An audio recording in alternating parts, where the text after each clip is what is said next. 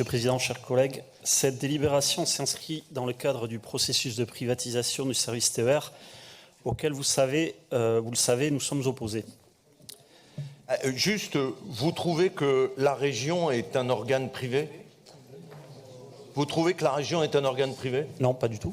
Eh bien alors, Non, elle s'inscrit. Non mais attendez, la délibération on reprend la propriété. Non, attendez, j'ai bien dit. On a tout payé. J'ai bien dit que cette délibération s'inscrivait dans le cadre d'un processus. Mais quel processus? Enfin, le service public reste. Enfin, je veux dire, c'est une fake news totale. Processus de privatisation du service TER. Totale. Non. Je ne peux pas vous laisser dire ça. C'est faux. Je vais m'en expliquer. C'est faux. Je vais m'en expliquer. Non mais, je sais vos arguments. Ils sont faux. Il y a quelques mois ici même, vous avez fait le choix de voter le transfert de propriété du matériel roulant de TER vers la région, première étape préalable à cette privatisation donc, du service TER. Et aujourd'hui, en toute logique, vous nous demandez de voter pour la création d'une société dédiée à la gestion de ce matériel roulant.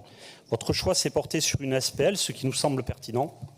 Toutefois, cette structure sera génératrice d'un coût en capital immédiat de 226 000 €, dont 113 000 assurés par la Nouvelle-Aquitaine, coût qui n'existait pas jusque-là, et pour cause.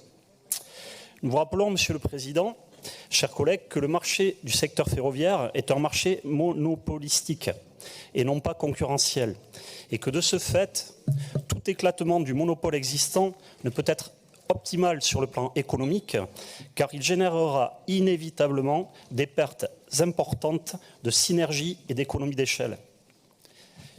Il y a d'ailleurs bien longtemps que la science économique s'est prononcée sur ces principes. Le plus étonnant, Monsieur le Président, c'est que vous semblez ne pas les ignorer. Et c'est tout le paradoxe.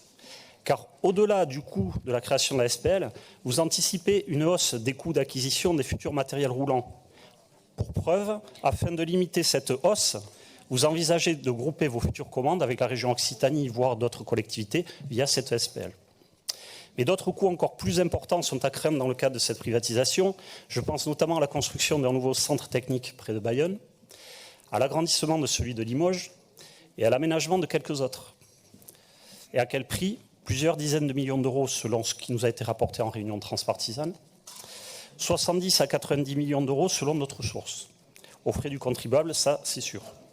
Bref, dans un tel contexte, notre groupe décide de s'abstenir sur cette proposition, bien que le choix de la création d'une SPL soit pertinent. Voilà, je vous remercie, Monsieur le Président.